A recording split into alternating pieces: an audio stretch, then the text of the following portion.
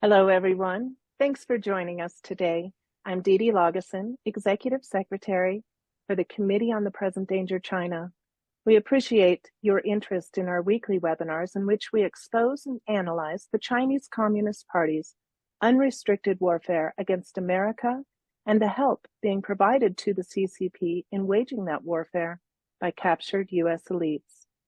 We encourage you to visit presentdangerchina.org for information on new programs, access to videos of our past webinars, and tons of other very valuable content. Please subscribe to our Substack at Present Danger China and follow us on X at CPD China. Our moderator today is Frank Gaffney. Frank is the Vice Chair for the Committee on the Present Danger China and co-author of the indictment prosecuting the Chinese Communist Party and friends for crimes against America, China, and the world. Thank you, everyone. Frank is getting his computer working here. One of the things that Frank and I were talking about with other members of the committee was the fact that Joe Biden was recently meeting with Xi Jinping, and simultaneously the world was being set on fire. You have over in Russia and Ukraine right now, the Ukrainians shooting off missiles into Russia, and you have Russia, it appears, shooting missiles into Ukraine.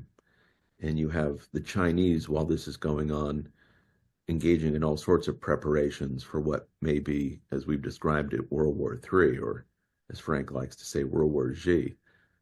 We don't know exactly what's going on, but we do know that President Trump has been elected, and the world's in a sort of a dynamic mode right now where people are deciding whether or not they can put America on its heels while President Trump is preparing less than 60 days from now from getting into office. So we wanted to have a discussion really of the state of affairs of all this and what China might be thinking in the midst of all this, and as we see with the Russians, what they're doing. So we've assembled, as always, a first-rate group of people to go over all this. Let me first go to Jeff Nyquist. Jeff is, as many of you know him, is by J.R. Nyquist. He has a blog, the J.R. Nyquist blog, and I think you will find on there some of the finest writing anywhere on strategic affairs. Jeff has a very unique take on how the world works, and I can't tell you how much I admire it. He's the author of several books. I recommend all of them to you. And we've asked Jeff to describe today where he sees the world vis-a-vis communist China and this war in Ukraine, and where we go from here. So Jeff, could you take it away? I'm going to begin with a classic old story, which is the little boy who cried wolf. The little boy who cried wolf, he wakes the town, wolf, wolf, and they get out and there's no wolf. And after a couple times, people don't listen to the little boy anymore. They just stay asleep, and then there really is a wolf. Well, what if the wolf cries wolf? What if it's not a little boy? What if the wolf himself is doing it? Now we've got Xi Jinping just told the People's Liberation Army, get ready for war. We're going to war. And of course, we saw this in the middle of the pandemic. It was first week of April 2020. Some of the leading Chinese People's Liberation Army papers said, get ready for war. This is not a drill. This is not a joke. This is serious. Now that's 4.5 years ago now. They have been, in January of 2021, Xi Jinping came out, inspected troops, said, get ready for World War III, be ready. They've been doing this now for 4 years. It's the big bad wolf crying wolf. And you get the same thing out of Russia. We've heard this out of North Korea for 30 years. And why are we hearing this? Because it's like you think their credibility means something to them, that they wouldn't threaten or say we're getting ready. There's a very interesting strategist. His name was Marshal Sokolovsky. He was perhaps the greatest Soviet strategic mind of the 20th century. And he was in charge of editing a book in the 1960s called Soviet Military Strategy. There's 2 English translations of the book. And the most significant part of the book, more than halfway through, is what is the most important thing in getting ready for World War III? And he said, of course, the most important thing is to orient your own population and your own military to who your enemy is and to have them that they're ready. But at the same time, you don't want your enemy to be ready. Because as a couple of defectors have told me, the number one thing in the communist strategic thought is surprise. So the thing about the wolf crying wolf is that the element of surprise is, you think, well, they're telling us they're going to war. Yeah, but they've told us so many times that now we're not believing it. They're just bluffing. And this is what makes this whole scenario, this whole process, extremely frightening right now. Because what they're doing is, it's in their literature to get their people ready by orienting them, by telling them war is coming over and over again. And at the same time, they're wearing us out with the wolf crying wolf. So that we don't, literally, you see this, we're tired of hearing about it. Oh, they're bluffing again. So I think this frames the whole thing. But what really, I think the thing that scared me the most this week was when China came out with its new stealth fighter. The stealth fighter doesn't scare me at all. I talked to a guy who was interviewing experts, what they were thinking about it. And the experts were looking at this thing saying, the whole thing is wrong. This looks like it might be made out of plywood. This thing probably can't fly. It's like a fake. And again, it goes to Sokolovsky, and it goes to deception, and it goes to misdirection. You can't take at face value anything China says publicly, because even when they tell the truth, it's a kind of lie. So if you look at their unrestricted warfare, if you look at their strategic posturing, there was this story out, what was it, 18 months ago, that their ICBMs don't work. They want us to build weapons that are very expensive, that we can only afford a few, that exhaust the Pentagon, that they're not bothering to build. They're looking, I believe, at building the weapons, the cheapest weapons that will have the most effect. Biological and nuclear weapons, surprise attack weapons, cruise missiles, and some of these hypersonic weapons to dominate in the Pacific. And this is the kind of warfare we have to be prepared for. Even their claim that Taiwan is their number one target should not be taken at face value. Taiwan itself could be bypassed and blockaded. Look at MacArthur's strategy in the Pacific. He bypassed all kinds of Japanese strongholds. Why fight them on every island? Go around them, starve them out in the islands. Just go to the ones you need to build bases on. So if China is going to extend to the first, second, or third island chain or beyond in a future war, they don't need to take Taiwan, because once they bury it in a blockade, it will have to surrender. No reason to invade it.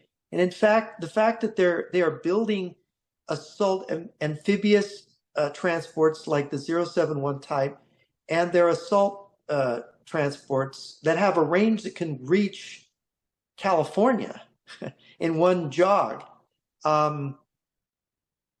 I'm a little worried about them going to the third island chain. I'm a little worried that they're going for something more depth if there's a war. And that's what we should be looking at. And never take them at face value for anything. So anyway, that's the way I would frame it at the beginning of this seminar. Thank you, Jeff. Yeah, I think that seems quite right to me. The deception is part and parcel of what they have to do. The next person we've asked is Colonel Rob Maness, Air Force, retired, to try to discuss with us here, to not try, but to actually discuss with us here, CCP's ability to project power, much along the lines of what Jeff is discussing here. We had him by tape today, I think, Dee, and if you could roll that tape now. Well, Frank and Brian, thank you very much for giving me the honor to address this panel and join my esteemed colleagues on this Committee on the Present Danger webinar.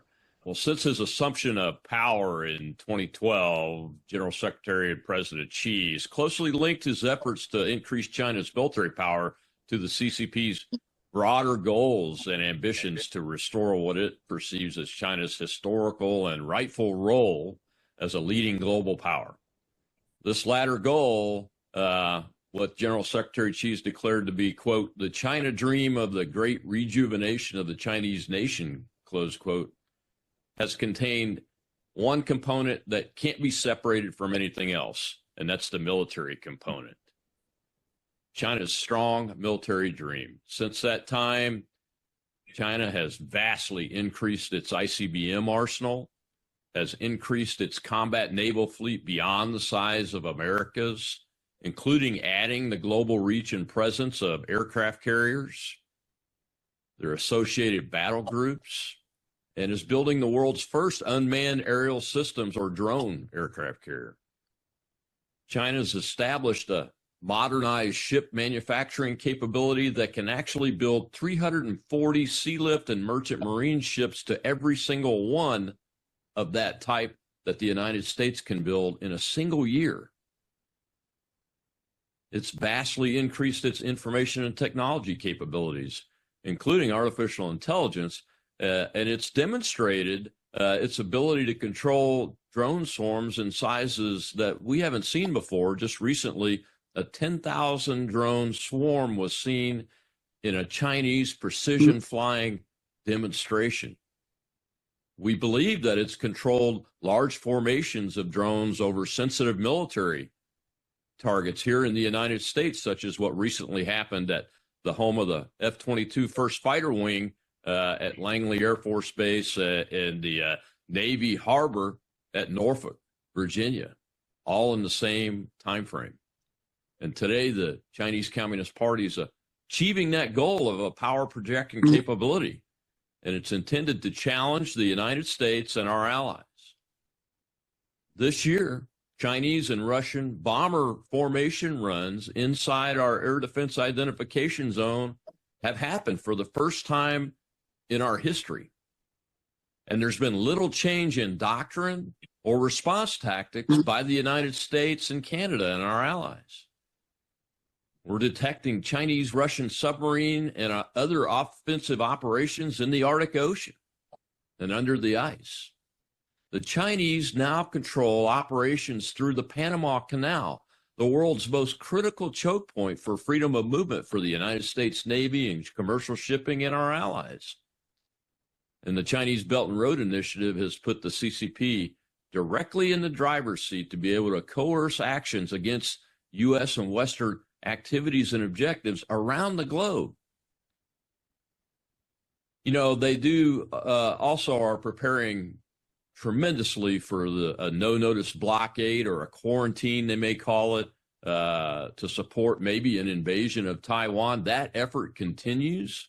And we've seen this year and last year ever increasing sizes of those blockade and quarantine exercises that now happen routinely, while at the same time the People's Liberation Army, Navy, and Coast Guard is routinely committing violent action against Philippine vessels and personnel, and appear to be trying to take over some of the territorial waters and land even of the Philippine people. The Communist Chinese Party's allies are also acting, such as the intensifying North Korean belligerence at the demilitarized zone with South Korea, its threatening of ground and naval exercises that come very close to actually engaging in combat with the South Koreans, our allies, and its missile test flights that endanger the Japanese islands routinely. And just in the last few days, Chinese-owned or linked ships that break bridges, destroy undersea gas pipelines, and cut cables are under investigation for cutting 2 undersea communications cables between the NATO countries of Finland and Germany and Sweden and Lithuania in the Baltic Sea. This activity occurred as what we now know is Russia was preparing to use an intercontinental ballistic missile for the first time in combat in the history of the existence of ICBMs against Ukraine in its response to their first use of United States-provided ballistic missiles and United Kingdom-provided long-range cruise missiles on Russian territory. Russia's bold action is only possible because the Chinese Communist Party's now evident ability to project global power as it needs to, and without regard to the concerns about what the United States and our Western allies' response will be. Unfortunately and sadly, the risk of a nuclear global war is higher than it has ever been. And the United States has got to take an active and aggressive leadership role in reestablishing peace through strength and re-implementing that strategy in order to deter China from further expanding its aggressive power projection activities. Once again, thank you very much for giving me the opportunity to address this webinar, and I deeply appreciate the work that you all are doing, Frank. Well, thank you, Rob Maness. That was excellent and a great summary of what's going on today with the CCP. So we've heard from the Air Force. Now I think it's time to hear from the Army. Rob Maness, of course, was retired Air Force. Now I'm going to turn to Lieutenant Colonel John Mills, retired Army, a go-to person on these webinars of the Committee on the Present Danger of China. John Mills is someone who I understand. When I listen to him, I understand the world in a different way. He understands the strategic makeup of the United States and our enemies in ways that very few people have. He has worked in senior positions in the Pentagon, and I would hope that in the future Trump administration, he will again be a senior part of that. I haven't talked to him about that, but let us certainly hope so. John, thank you for being part of the webinar today, and I'm looking forward to what you have to say about the CCP's ability to project power and their aggression in the Pacific. Thank you so much, Brian, and all the viewers and all my fellow members of the committee. So I was hoping that after November 5th and a Trump victory, there was going to be a relatively smooth glide slope to the January 20th inauguration. I think, unfortunately, with the very poor decision-making of the Biden team, or I really think it was more the Jake Sullivan and the national security team, things have gotten very messy and might get messier, which provides cover for the Chinese to do nefarious actions. With the very poor rollout of the unclear decision of use of American long-range missiles, this provides an opening for Russia to really stoke things up and also for China to stoke things up.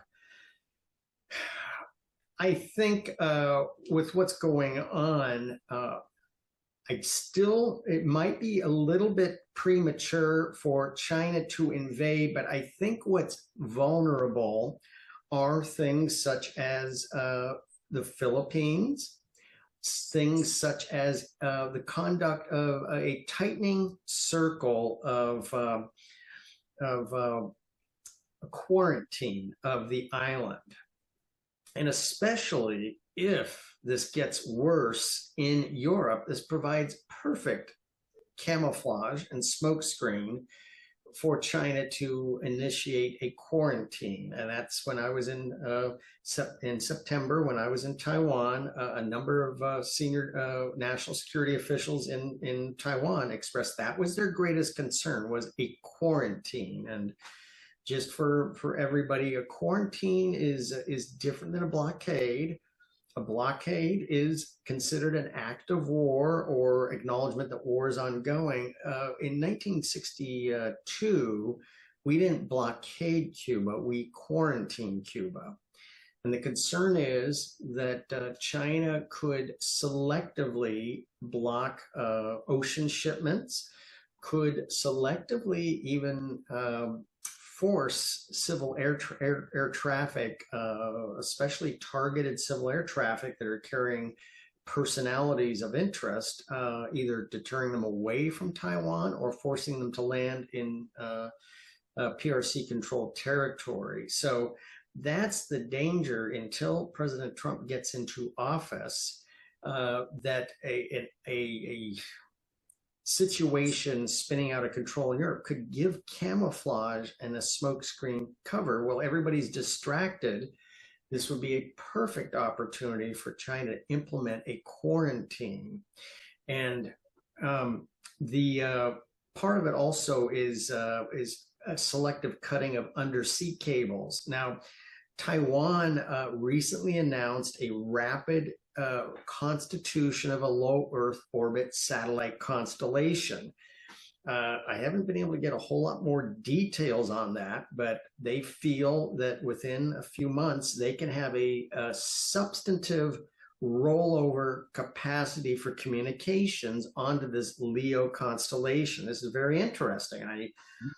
Most internet traffic, 99%, travels on undersea cables. So from a technology perspective and a network traffic perspective, that's a huge jump. Now, Elon Musk has shown great things with Starlink. I don't think Starlink is part of this equation, but if the Taiwanese feel they can do that, that's very interesting. That's a huge plus. But I still think with an unstable situation, it may allow China to move into the mode of surging their naval forces. Now, they have 3 sea-ready carriers. That doesn't mean you can absolutely have 3 at any one time, because these are complex systems. There's always something that breaks on them. So they might be able to surge 3, 1 at the top, 1 at the bottom, 1 on the ocean side, which would give them some capabilities to sustain aircraft, fighter jets off of those 3 carriers to help enforce a quarantine. And they could surge their land-based aircraft to support that quarantine. But this is, I think, a concerning possibility in the instability between now and January 20th.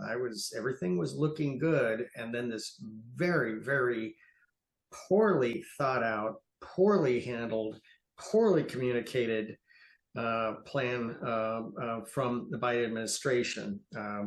I think I would insist on seeing, as a congressional investigator, I would want to see the signed presidential approval memo, because usually when the NSC comes up with a package like this, you have the actual document, you have a cover memo, and you have the president signing off on their concurrence or non-concurrence or guidance. I will bet everybody a cup of coffee there is no Biden signed document, and I would want to know who from the NSC has signed off on what, and that whole package should be released. But this gives unfortunately a very, very good opportunity in this chaos for China to slip out, conduct a quarantine, and it just gets lost in the noise. That's the tragedy and the tragic part about it, that we almost have President Trump back in office, and yet the Biden miscalculation creates this opening and opportunity. And especially when there's 3 components to what was given or allowed to be used by Ukraine. 1 was the ATACMS, 2 was JASSM missiles, which are high performance cruise missiles. But the 3rd component actually pulls capability from the Western Pacific. It's the anti-personnel mines. Now, America has not signed on to the mine treaty, but we've abided by it. I don't agree with that. It's de facto ratifying a treaty without ratifying a treaty. But our only announced stockage of anti-personnel mines in the entire Department of Defense inventory is in South Korea. So this means that we're pulling land anti-personnel mines from South Korea for deterrence and, if necessary, defense of the peninsula from North Korea, which will be a key partner to China, pulling it from the peninsula, taking away a key capability from the South Korean and American forces in South Korea, and shipping them to the Ukraine, That is just ridiculous. That's worse than the ATACMS or the JASM issue. We take our anti-personnel mines, which are a key capability to deter and degrade North Korean forces moving south. Horrible decision. And again, that directly affects the immediate theater in the Western Pacific, because then that's one less thing the North Koreans have to worry about if they provide a supporting attack going south against South Korea and Japan in support of China. So that means we have to pay even more attention to what's going on up there, vice supporting Taiwan. So it seemed almost too good to be true. We just pray that that we'll be able to get to January 20th without a major further conflagration breaking out anywhere in the world already on fire. And once Donald J. Trump is back in the behind the desk, we can have effective leadership again that deters this misadventure by the Chinese Communist Party. And Brian, that concludes my comments. Thank you. Trevor Loudon, of course, is well known to this audience. He has been active in our Committee on the Present Danger China from the get-go. He has been a participant in most of these webinars. He is best known, I suppose, for his expertise on matters involving the enemies within, and has been very much the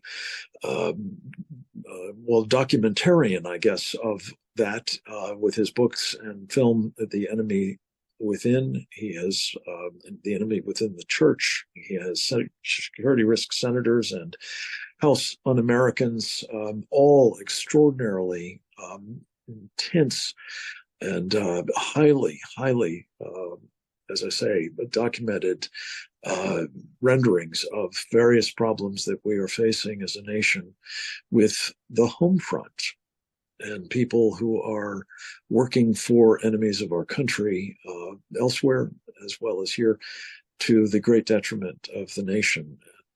We wanted very much for him to contribute an assessment of, what are the prospects that the Chinese Communist Party has been putting into place inside America, the war preparations for waging it possibly quite decisively and highly destructively here. So Trevor, thank you so much for being with us. And again, I'm sorry for my contribution to a little bit of turmoil in all of this, but over to you, sir. Well, thanks very much, Frank. I would say that the thing the Chinese fear the most is that President Trump is able to enact his agenda, an anti-Chinese agenda, without any interference, that he has a free hand to act, and that the more sane people around him can actually get things moving on the front of rebuilding America's technology, military technology. Look, from repurposing universities into trade schools to rebuilding military recruitment, all of these kind of things. So what we're going to see is a whole bunch of lawfare. We've got to understand most of these major lawfare operations that come out of the National Lawyers Guild and others are very much in the Chinese camp. And I'll give an example. Goodwin Liu, of the one of the top judges in California, an old Stanford University Maoist, very close friend of Kamala Harris, has done a lot of work to countermand President Trump's decisions in his last election cycle.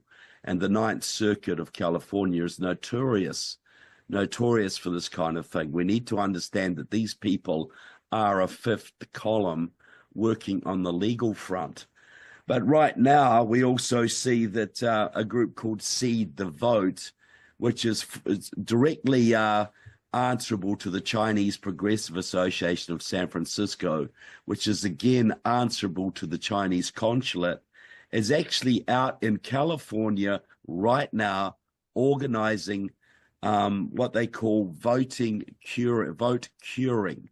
There's two main congressional seats that are still in the balance in California, and several state house races, notably the one in the Modesto area with John Duarte, the Republican, is about 245 votes ahead of his Democrat opponent right now.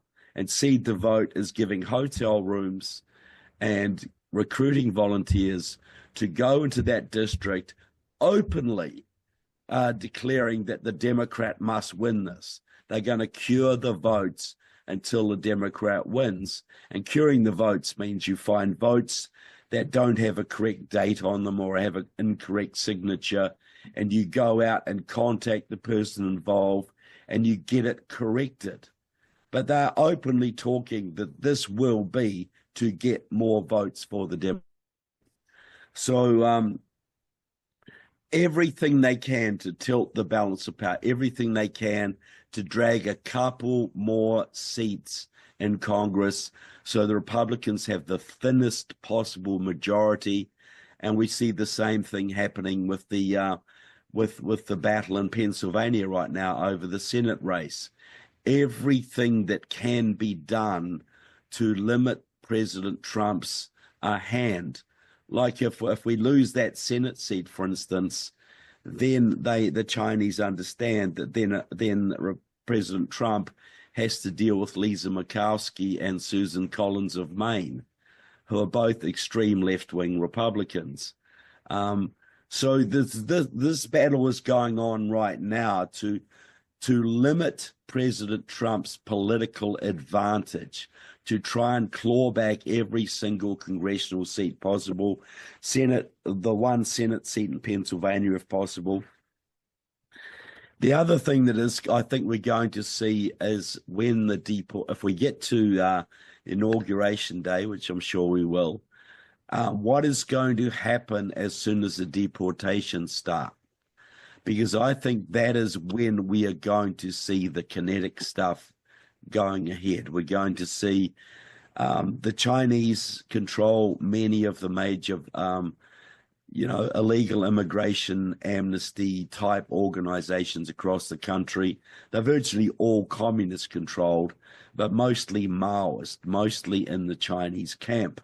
So we're going to see every single night on TV, crying widows and orphans being dragged forcibly out of their homes and put on buses and sent into Guatemala or wherever they're going to go. So that is going to be, as the Chinese were very much behind Black Lives Matter, the Chinese are very much behind the voter registration organization networks across the country coming out of Seed the Vote, Lucha in Arizona, Pennsylvania Stands Up in Pennsylvania, Detroit Action in Michigan, Black leaders organizing communities in Wisconsin, New Georgia Project in Georgia.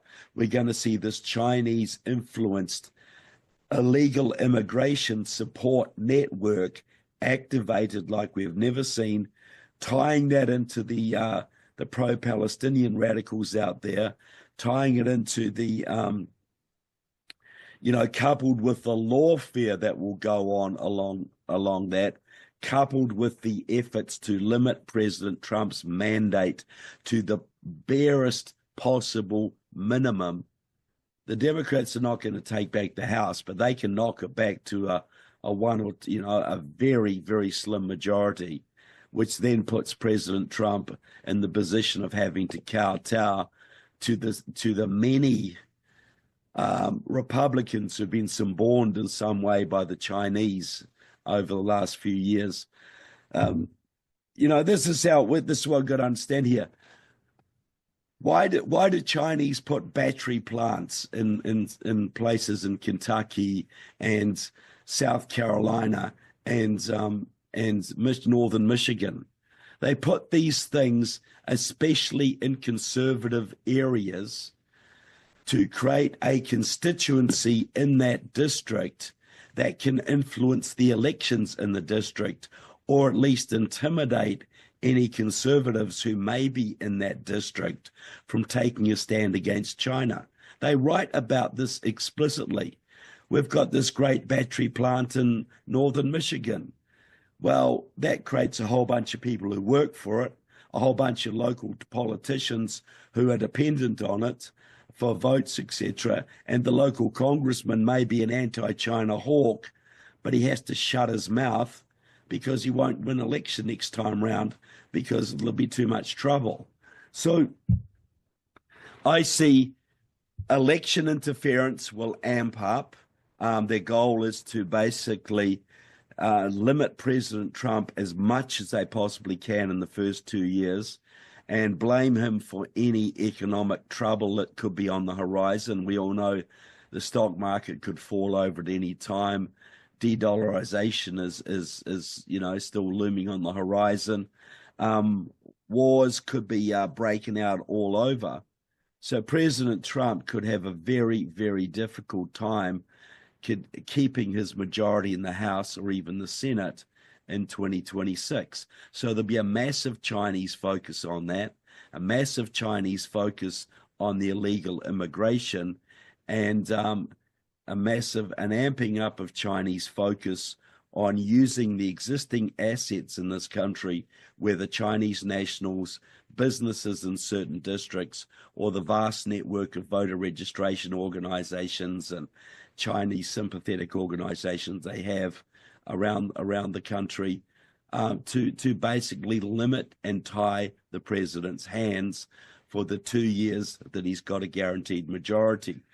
And I think that is why President Trump has to act very decisively, not just against illegal immigrants, but against Chinese front groups operating in America, from Chinese police stations and Confucius Institutes to voter registration organizations, illegal immigrant support networks, and of course, the large number of Chinese nationals, Russian nationals, Hezbollah, Hamas, etc., that have also come across the border. So in short, every front, the Chinese and their minions in the United States will be creating havoc over the next 2 years as much as they are allowed to do so. Trevor, thank you. This was very, very important, of course, but mostly, with the exception, I think, of your concluding point there, mostly of a sort of pre-kinetic character. Could you speak just a little bit, and I know this is not your area of specialization, but nonetheless you understand it very well. How do you think this surge of what appear to be not just Chinese nationals, but Chinese People's Liberation Army personnel into the country, how does that play into an enemies within problem of a kinetic kind, potentially? Well, is this part of a battle plan that Xi has been putting into place as well? Well, I think that depends on when China chooses to go to war. Do they choose to go to war immediately? Do they choose to go to war in a 2 or 3 years' time? You know, they know that the West has got big problems with trade and industrialization, that we don't have the skilled tradesmen to produce the products that we need to fight a war, and that's not going to be addressed for at least 3 or 4 years' time. So how much window of an opportunity do they have? I think this actually depends largely on the outcome of the Ukraine war. If the West panics and abandons Ukraine at this point, I think that will encourage China to go to kinetic much, much quicker. And at the point where the kinetic stuff starts, that is the point where we'll see assassinations, where we'll see dams being blown up, biological weapons released, general supermarkets attacked, stadiums attacked. I think that's when the fifth column army within America starts to go into action. So that could happen in 2 weeks. It could happen in 2.5 years. But unless it's cleaned out as a top priority of the illegal immigration push, that's inevitable, in my opinion. Thank you. Trevor, extraordinarily helpful. Sir, very sobering, of course, as well. I believe that brings us to you, Brian. you have self-introduced, I think, earlier in the program. Let me just add, Brian is, of course, the chairman of our Committee on the Present Danger of China, has been from the get-go the fellow who has helped conceive of and execute so much of what we do. And I couldn't be more grateful for both your leadership, Brian, as well as your unfailing willingness to participate in these programs whenever you can. What we were hoping that you particularly might bring to this, as you usually do, is kind of summary and strategic assessment of everything that has preceded it, is to talk a little bit about the Trump team. It's been observed, of course, regrettably, they won't be in place until some 60 days from now. But if you could talk a bit about what is in prospect when that happens, please God, there is no interruption in the process of bringing that about. But the character of the people that the president has tapped to help him execute a policy that I believe, and I want to make sure we get your take on this as well, will represent a very serious course correction for the country vis-a-vis China and the Chinese Communist Party specifically. Over to you, sir. Well, thank you, Frank, and thank you for moderating these webinars. You're a pro at it, and I was able to only crudely intervene while you had your technical difficulties. Thank you. The question you raise is a very important one, because it really is, can we build an administration here with President Trump that sees the world differently and then acts on it when it comes to the war we're finding ourselves in? Let's be clear, and Trevor said it, and some of our other participants, we're in a war already. This has been the theme of these webinars for the last 5 years. In this war, there is, of course, an information war going on, a psychological war, a political war, and at various times, a kinetic war. And we're seeing that with China operating throughout the world, but most especially here in the United States. Now, I think we have said in these webinars before that, especially during the election, if Kamala Harris won, this interregnum was probably not going to be very controversial if she won, because the Chinese would not be incentivized to go on the march and try to take advantage before, a Trump got into office, right? If it was Kamala, they wouldn't have to rush on anything. The dangerous period is now, when Trump is coming to office. Can the Chinese or the Russians take advantage of this period where Joe Biden is still the president and his military is still in power? So that's what we're dealing with here. So let's take that in 2 phases. First, it's been, I think, our collective view that this is not incompetence on the part of Biden and his Defense Department or intelligence community. This is not incompetence. This is their design. They would like to get us into a long-term war in Europe, and they would like to somehow make sure that when it comes to communist China, we're not prepared for war with them. That's where we find ourselves today. Will Russia and China take advantage of that? Well, it looks like they're attempting to do so, or at least taking the steps today that would make President Trump and his administration spend the next 6 months or a year cleaning that up. And if you're Russia or communist China, that's a great advantage to you if we have to figure these things out over the next year.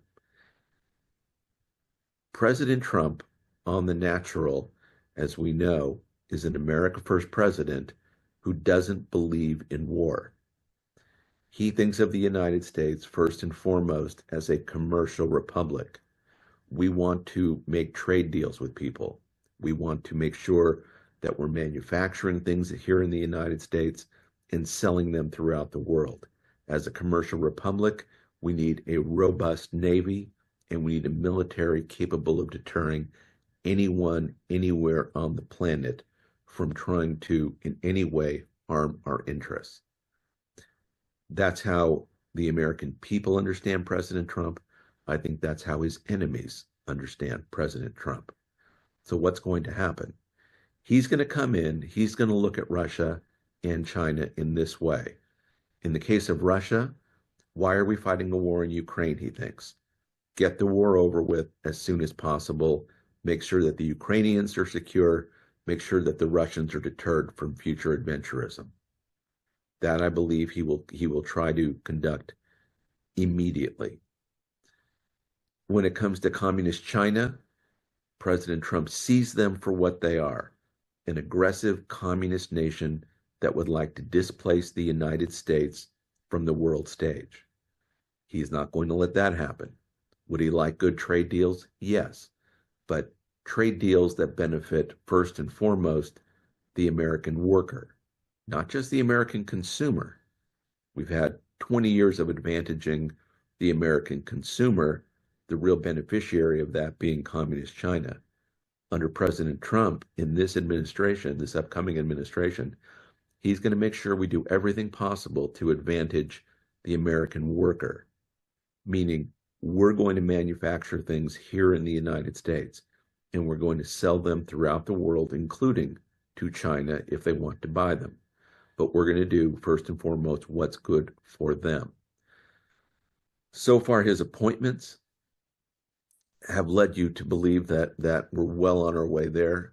I personally think Pete Hegseth was a great nomination at the Defense Department. Is he a traditional kind of pick? Of course not, but neither is President Trump. Pete Hegseth is a guy who's been in the military. It looks to me like he'll probably turn to a lot of his friends formerly in the military or in special forces to make sure that we have a military that can do anything, anywhere to defend American interests.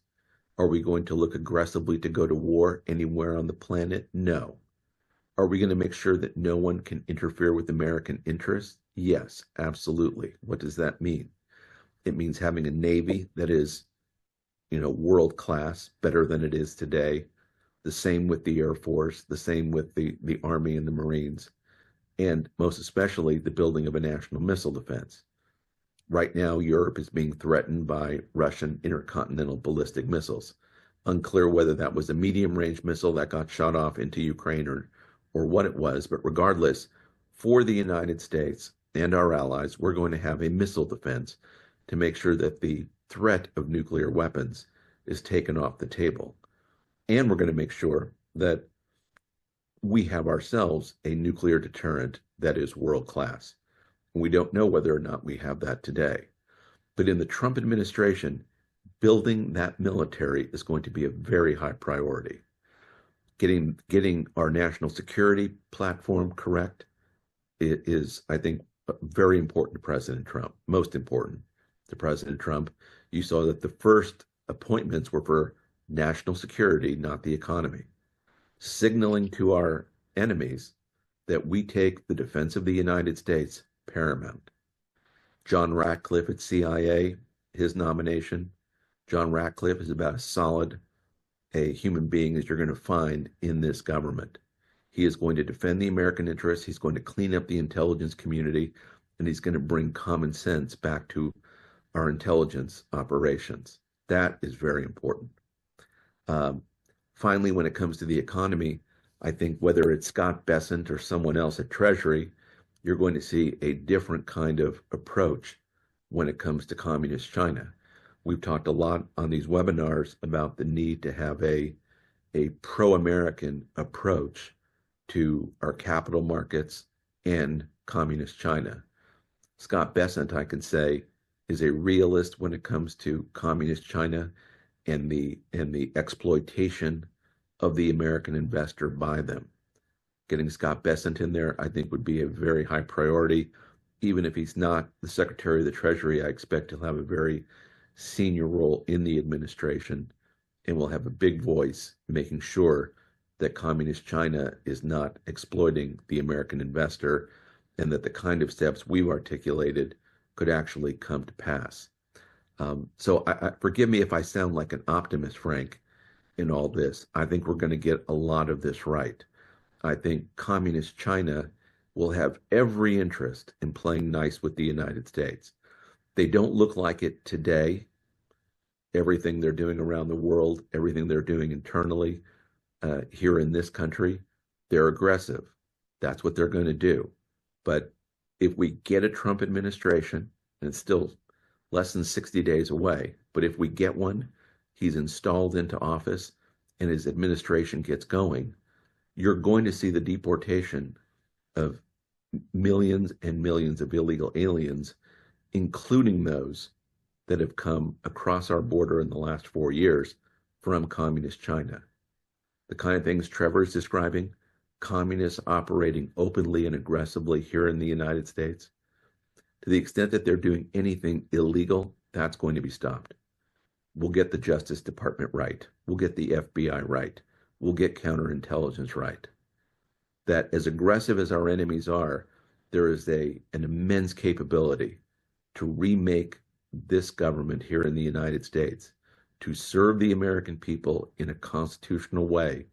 And we have a historic opportunity over these 4 years to get right many of the things that have been corrupted over the last half century. And so as down as I often get on these webinars or discouraged about the trends in the world, I am right now very optimistic that the team around President Trump is working very hard to build a first-rate administration to make sure we get exactly to the bottom of the many problems we've articulated on this show, Frank. So thank you. Well, we will forgive you for sounding a little optimistic. I think there is reason for optimism as far as our government is concerned. Once this new team is in place, Brian, and I would add to your list, particularly Mike Waltz as the National Security Advisor. He's a very sober man on not just the China portfolio, but I think more broadly. And I very much welcome his appointment. Marco Rubio at the State Department, a more traditional pick, I think it's fair to say, but one who has been very active on the China front, warning of it, not least, by the way, in Latin America. And we've been talking about that a bit on these webinars. We need to reprise that again, I think, soon. But I don't mean to make this sound like a rebuttal to your point, Brian. I do just, though, think it's useful. I think, and I can't tell exactly which of these points were addressed, but just to sort of summarize for the record, the kinds of things that this committee is trying to raise awareness about, the kinds of things that, if you will, are kind of our stock in trade at the Committee on Present Danger China, namely connecting. And just for the purposes of fleshing out this discussion of what it is that Xi Jinping has been doing, is doing now, is likely to do in the foreseeable future, that portend military action against perhaps just friends of ours in the Far East, though I think it much more likely for reasons that I'll mention here as well. Trevor has discussed, perhaps among others, the People's Liberation Army personnel that are here. We don't know how many. I've heard estimates as low as 10,000 and as high as 200,000. Whatever the number is, we saw, as we've talked about on these programs before, what 19 amateurs were able to do to the United States back on 9/11. Imagine if it's even 500, 1,000, let alone more, of trained special operator personnel.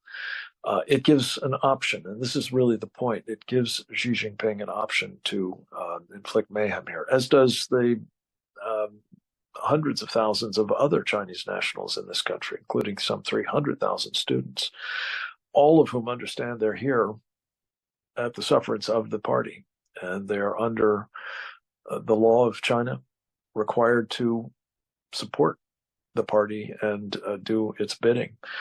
We've got this, and I don't know if this has been addressed before. I hope it has in my absence.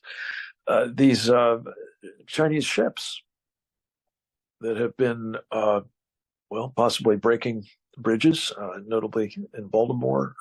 These are Chinese-owned, Chinese-linked, or somehow perhaps under the influence of the Chinese. Certainly seems there's evidence of destruction of undersea cables for telecommunications purposes, as well as pipelines by Chinese merchant vessels. I think quite clearly doing the bidding of the Chinese Communist Party. Is that preparatory to conflict? I don't know, but it could be. We've got Chinese nationals probing our military installations. They've been probing Mar-a-Lago even. We've got the kinds of things that Trevor's talked about in terms of their involvement in our elections. That, again, may be pre-kinetic, but it could well conduce in the days to come into contested elections that turn into pretexts for conflict here. I'm very concerned, as we've been discussing on almost every one of these programs, about captured elites in this country that might see it as in their interest, or certainly their duty to masters in Beijing, to complicate the defense of our nation, or otherwise contribute to the success of Chinese operations here. Remember the Trojans who opened the gates of Troy to the Trojan horse of the Greeks. Could such a thing happen in a more contemporary way here? I think so. And then on top of it, as Trevor has talked about, there is a red-green axis that is standing ready. I think there's no doubt about it, to help the Chinese in whatever way they see fit. I believe Rob Manis spoke about, among many other things, and very helpfully clarifying the kind of buildup that we've seen the Chinese engaged in.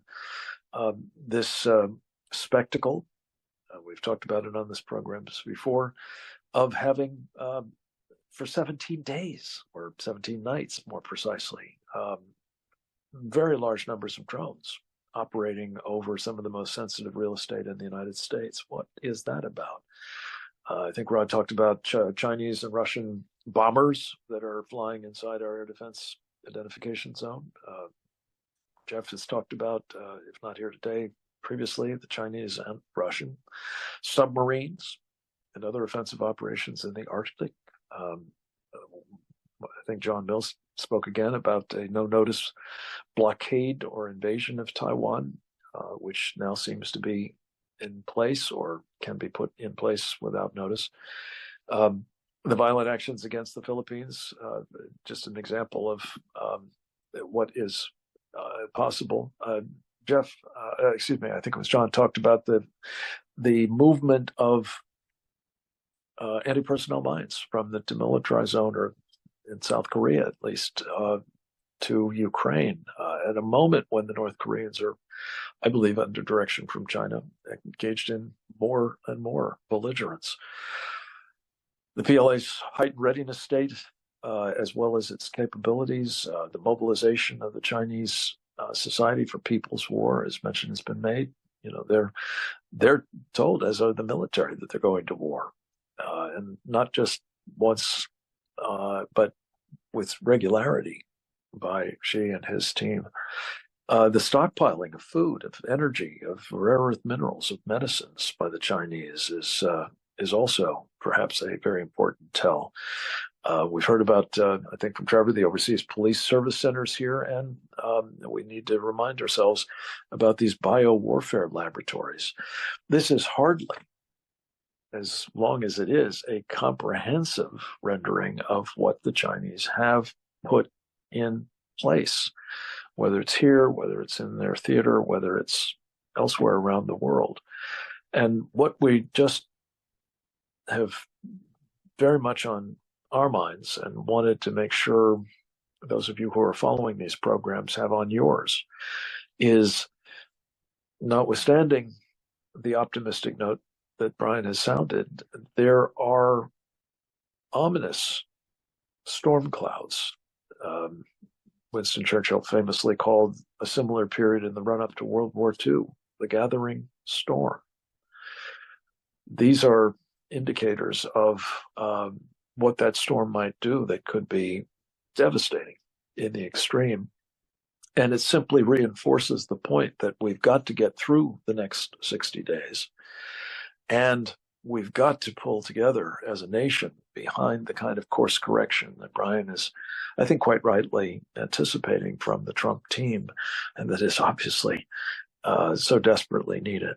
So I just wanted to round out the conversation a little bit with some of those data that represent a more comprehensive picture, perhaps, than we've had to date, but one that I believe hopefully will inform our further conversation. So I gather some of our colleagues have had to drop off. Is Jeff Nyquist still with us? You're mute. Yes. Yeah. Yes, I'm here. There you are. Great. Jeff, one of the things that you have been our duty expert on is some of the plans that the Chinese Communist Party seems to be operating on, long-standing plans that have, in some cases, it seems, been put into place decades ago. We've talked with you before about former Defense Minister Chi Hao-chen. Do you have anything to add to our calibration of what is now underway based on some of those insights from about 20 years ago as to what the Chinese are thinking and planning to do? When you hear about long-range strategy, which we know from Russian defectors, this was always the thing with the communists, with the Soviet Union and the other communist parties. From the giant party meeting of December 1960 all the way to the end of the Soviet Union. We know from the defector Colonel Stanislav Lunev that at the end of the Soviet Union, the Chinese and the Russian generals got together secretly. And there was an intelligence treaty signed where they would share all intelligence operations against the United States, and that they had created a general agreement that their ultimate objective was to destroy the United States, to actually occupy North America, to divide Alaska, Canada, and the United lower 48 states between the two countries. This was one of the things that Lunev brought with him when he defected in March of '92. Now, if we look at what they're doing now, we have to look for any kind of signs from Russia and China that they are still on this track. And the sad fact is that everything they're doing is still consistent with this. This is what's really disturbing. The Chi Hao-chen speech also is consistent, because Chi Hao-chen talks about China getting the lower 48 states, which was exactly Lunev's testimony when I first met him in August of '98, what he told me, things of this nature. So now we see China and Russia more joint military operations, Chinese bombers based in Russia. This is what General Glenn Van Herk, the former commander of NORAD and NORTHCOM, told me when I was in Toronto at this big meeting in September. Again and again, we see everything lining up. Why is China building up this amphibious transport capacity with long-range amphibious transport to reach all the way to the U.S. West Coast from China? You know, it's when you look at the Chi Hao-chen speech, he says, look, we're going to make it all about Taiwan, but we don't care about Taiwan. It's the America problem. We have to destroy America. Then Taiwan will not be a problem. And this mentality we see in what they're doing is they're continuing to follow what we were warned about in Chi Hao-chen's speech, in Lunev's testimony, defector testimony. And when we go to people like Mr. Wang of Luda Media, if we trust that information, it has a similar ring to it. Not exact, but it's in that venue. And the same thing with sources I've had out of Hong Kong Chinese. I think I think they're still on the strategy. And the infiltration that we hear about Mexico, about Canada. When you go to Canada and you talk to the politicians, we're being taken over by China. We've already been taken over by China one conservative MP told me. So it's like, this is shocking. And you go to the Sidewinder report, which was a joint study of the in 1997 of the Canadian Royal Mounted Police and the CSIS, the Canadian CIA, and they were saying that they're attempting to take over Canada. The Chinese, through triads, through organized crime and businesses, and money laundering through urban real estate, to actually control the political process in Canada. Again, I go there and I talk to politically active people in Canada in September. They say this has happened already. So yeah, I think the plan is real. The long range plan is still in effect. There's no evidence that they've abandoned it. All the evidence points to their continuing with it. Yeah, Jeff, that was excellent. I just wanted to say one of the stunning things, sort of building on what Jeff has just said, that I shared was this news to me, I guess, that the Chinese have actually demonstrated the capability to operate a fleet of 10,000 drones at a given moment. This reminds me of something that we've discussed before, that Admiral Sam Paparo, the commander of the Indo-Pacific Command of the United States military, had pledged that he was going to undertake, as a response to the kinds of threats to Taiwan that we've been seeing, to turn the Taiwan Strait into a hellscape, I think was his phrase. Well, it sounds like the Chinese are there. He was forecasting using unmanned vehicles of various kinds to do that. They might find themselves facing quite a formidable array of opposing unmanned vehicles should they do that. Brian, let me come to you lastly. And again, thank you as always for summarizing so well what preceded your own comments, and then those comments. I guess what I wanted to just draw you out a bit further on is if we find that, and it'll be very interesting to see what history teaches us about all this, that Joe Biden, or whoever is running the country at the moment, is, as Sam Faddis has warned, drawing upon his lifetime of experience in recruiting and running agents for the Central Intelligence Agency, that Joe Biden, the person, is a, quote, controlled asset, unquote, of the Chinese Communist Party. And that has something to do with the otherwise somewhat difficult to explain action of escalating very dangerously the Ukraine war in the wake of a Trump mandate from the American people, arguably, to end it, not fight it, not become embroiled in it further. Could you just address this question, Brian, as to if that is so, if that is in fact operating here, just how perilous are the next 60 days? Are we likely to see the Trump presidency, well, not just complicated, but perhaps even imperiled by the kind of recklessness, quite possibly at the direction of the CCP and Xi Jinping? That's a great point, Frank. Look, I think we've said before, we're the occupied country right now. We've been occupied by progressives within this country who don't believe in the principles of the United States, communists within this country who would like to destroy it, and agents of influence from communist China that operate throughout our government to have us do the things we wouldn't otherwise do. And so right now we're trying to figure out, how do we get them out of positions of power?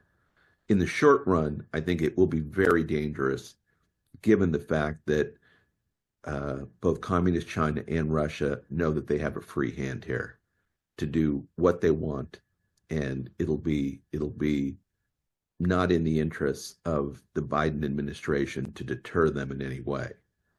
There's sort of a medium or minimal amount of deterrence operational right now. And unfortunately, the Biden administration, perhaps at egging on of communist China or other forces, are encouraging the war in Ukraine to escalate.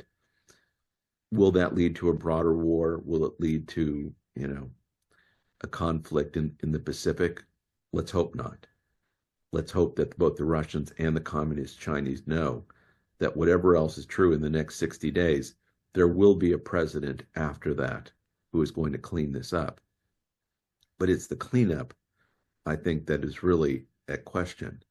How long will it take to fix our intelligence community? That won't happen overnight. How long will it take to clean up the State Department? Even with Marco Rubio, that won't happen overnight.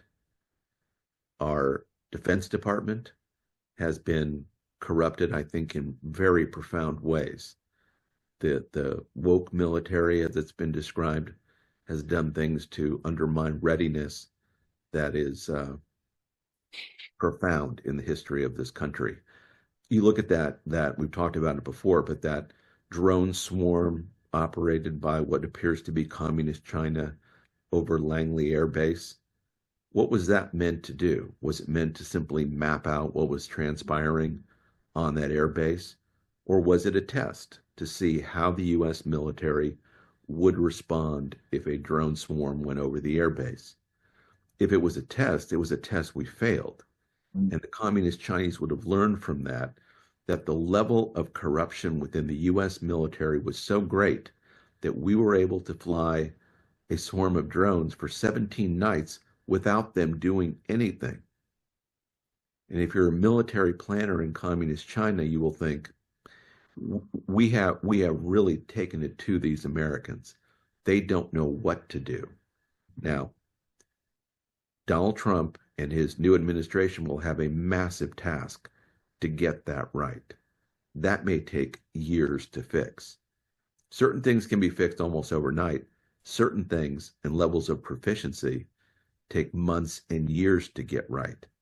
And if you're communist China or Russia, and you really wanted to achieve certain military objectives, now would be the time to do it, both before Trump is in office and in the early years of Trump being in office. Because he will not have cleaned up either the Defense Department, State Department, or the intelligence community in that short period of time. But let me just state, and I don't speak obviously for the administration, I speak only as an American, that if communist China thinks that they can have their agents of influence operate with impunity in the United States, they have another thing coming. Millions and millions of Americans came out and voted for Donald Trump. And that vote was a vote to fix illegal immigration, rebuild the American military, forge tougher trade deals, and to put America in a role of supremacy again in this world. And supremacy not to dictate world events, but to have a peaceful world where the American people can engage in trade and commerce. That's what American supremacy means. We're not trying to rule the world. We're trying to make the world safe for America. If communist China thinks in this interim period that they're going to act with impunity in these United States, they don't understand us, because there are 350 million Americans right now who are animated to believe in human freedom and to do whatever is necessary to defend that freedom. And I simply wanted to conclude on that point, Frank, because I think it bears stating that you can have a government in Washington and it can do certain things officially, but then there's the American people, and there is self-governing citizenry that have guns and believe in human freedom, and they're not going to have their communities destroyed by, occupying armies who have come here illegally and who mean us harm. It is a dangerous time in our country for sure. Americans do need to be vigilant over the next 60 days, And after that, they need to be committed to rebuilding this country. Brian, thank you. That's an exquisitely balanced way to end this particular program. I think it speaks to both the peril and to the opportunities for a fresh approach, and if not immediately, certainly in short order, a new direction established in 60 days. And then hopefully smartly thereafter, we will see the follow-up actions that you've just described. I would add to that, as you did earlier, the rebuilding of our military, of course, is going to take time, but it has to be begun forthwith. Let me just say one other point. I mentioned Sam Faddis, a wonderful and frequent contributor to these webinars, unable to join us on this occasion, but he did publish, I believe earlier today, a piece that just reinforces so much of what we have been talking about. It's in the context of what the Russians have done in the past 24 hours that have, as I understand it, involved the use of 3 different kinds of weapon systems that are all designed to be evidently dual capable, as they say. They have the capacity to deliver thermonuclear weapons.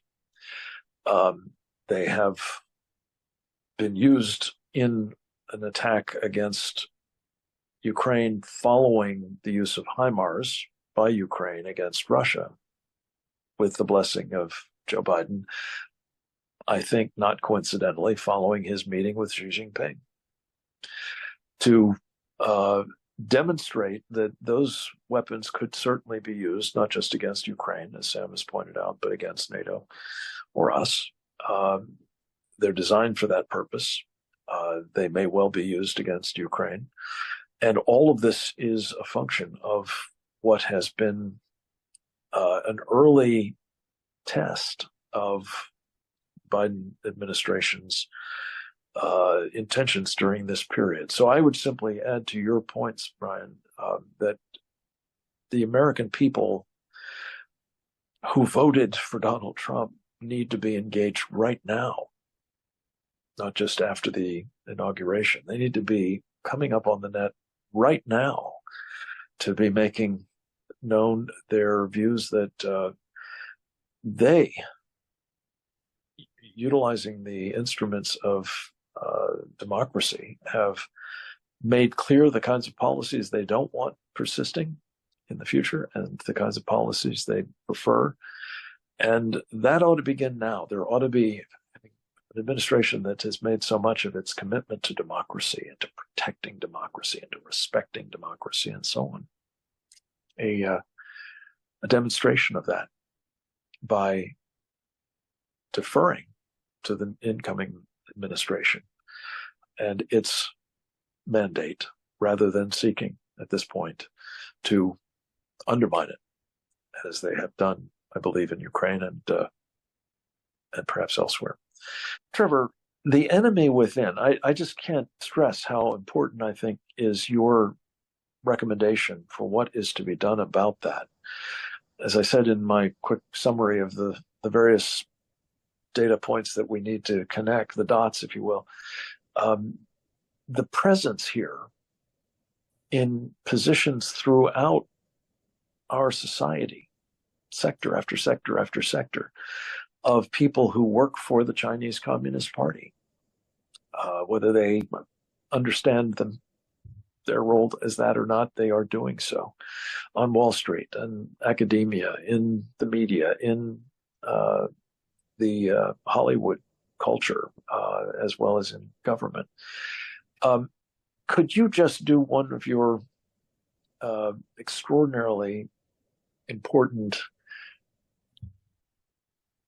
treatments of what we can do as we prepare for the kind of change that's taking place hopefully in 60 days, to root out and neutralize the so-called captured elite in America, lest they contribute to the Chinese designs on us in a very, very material and dangerous way.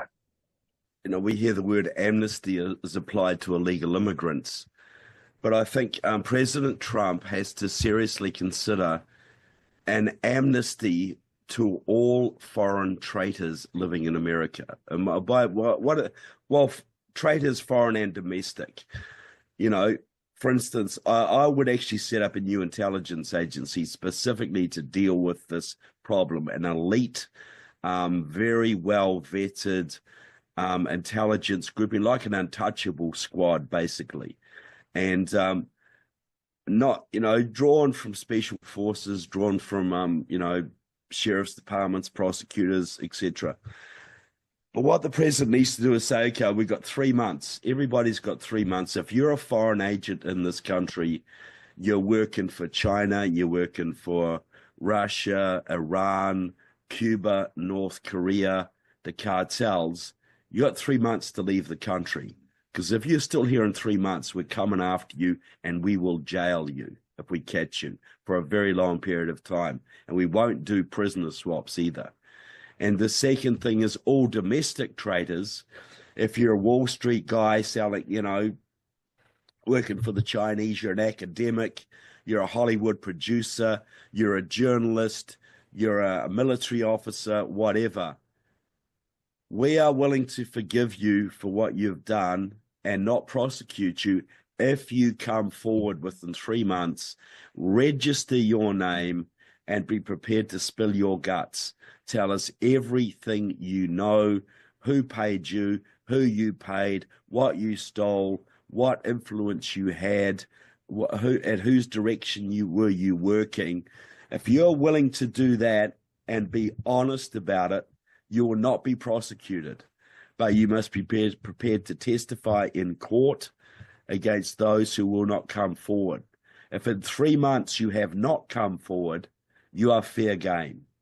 We'll have so much evidence from those who have come forward, we can find whole networks of bad actors in the system. I think this would cause a general meltdown of the foreign networks, because the Iranian businessman who was paying off the senator wouldn't know if the senator had taken the immunity deal and was wearing a wire, and the senator wouldn't know if the Iranian had taken the immunity deal and was wearing a wire. I think you'd see hundreds of thousands of Chinese leave the country, Russian mobsters, North Korean diplomats, a whole bunch of foreign businessmen would leave the country, and you would have a general cleansing of the system. And the American people would finally understand how deep the penetration was and would support the security measures going forward to make sure this doesn't happen again. I think the number one problem we have is massive foreign penetration of this country by the Chinese and other enemies, and you have to treat this as an organized crime problem. This is how you take down mafia gangs. This is how you take down organized crime, by offering amnesty and getting people to rat out their networks. It's a proven technique, but it hasn't been applied to foreign penetration. And if Trump is to be successful, he has to do something like this, because he'll get sabotaged every step of the way unless he does this. I couldn't agree more, Trevor, and thank you for coming back so that you could make that point again. It's such an inspiring call to action, and one that I think is certainly needed as urgently as any other that we've discussed in the course of this important program. Let me just add one other point, if I may, on Mall Street. You touched on it too. The fact that, by some estimates, trillions of dollars have been migrating at the hands of Wall Street from, well, I suspect the investment portfolios of people watching this program. If you're in the capital markets, especially if you've got emerging market accounts, you're almost certainly investing in China. We've talked about it on these programs, well, for years now. I'm very excited about some developments that have been happening of late. We've seen Governor Abbott taking steps that I think will inevitably lead to the removal of Chinese companies from the portfolios of Texas state pension funds, for example. It's not quite there yet, but I think that's where it's headed. The State Financial Officers Foundation has a similar kind of initiative to encourage state treasurers across the country to do this. We're seeing options open now, ex-China, ex-Hong Kong, emerging market offerings. They're small by and large at this point, but they are out there now. It's an alternative to what's being pushed upon most of America's investing, particularly retail investors. And I just want to also add, I'm working with Justin Bernier, the founder of something called the National Security Emerging Market Index Exchange Traded Fund. It offers an opportunity for people to assure that at least any money that they do put into China, if they feel for institutional investors, especially some further need to continue to put money in that place, which we don't recommend here, I have to say, at least you can assure that the bad actors are not getting your investments. So all of these are things that should be checked out as part of actions that we can take now and certainly can urge be taken formally by the United States government when, please God, Donald Trump and team take office in 60-some days. I want to say just a heartfelt thanks to each of our superb presenters, Jeff Nyquist, Rod Manis, John Mills, Trevor Loudon, and Brian Kennedy for not only the incredible quality of their presentations, but their unfailing willingness to drop everything that they're otherwise working on to join us for these programs. I cannot adequately express how much I appreciate it. And I think so do those of you who will be taking this aboard either in real time or in the months and years to come. Please make these products available to those in your circle of influence. Dee Dee will impress upon you further here in a moment how that can be done. We appreciate you subscribing to these webinars and joining us for them. If you haven't already done so, please come to presentdangerchina.org, sign up. With that, I'm going to sign off with, again, my apologies once again for the difficulties involved in my travels to make this a little bit more complicated. And Brian, thank you again, especially for your leadership in my absence. God bless you all. Back to you, Dee Dee. Thank you, Frank. A video of this webinar will be posted to presentdangerchina.org within a day of the conclusion of our program. Please share this and our other programs with your elected representatives, colleagues, and other networks. Please subscribe to our Substack at Present Danger China and follow us on X at CPD China for updates. Join us again next week for another installment of our Committee on the Present Danger China webinar series on the CCP's unrestricted warfare against the free world and America, and how CCP captured elites betray the USA. Thanks for being here today, and goodbye.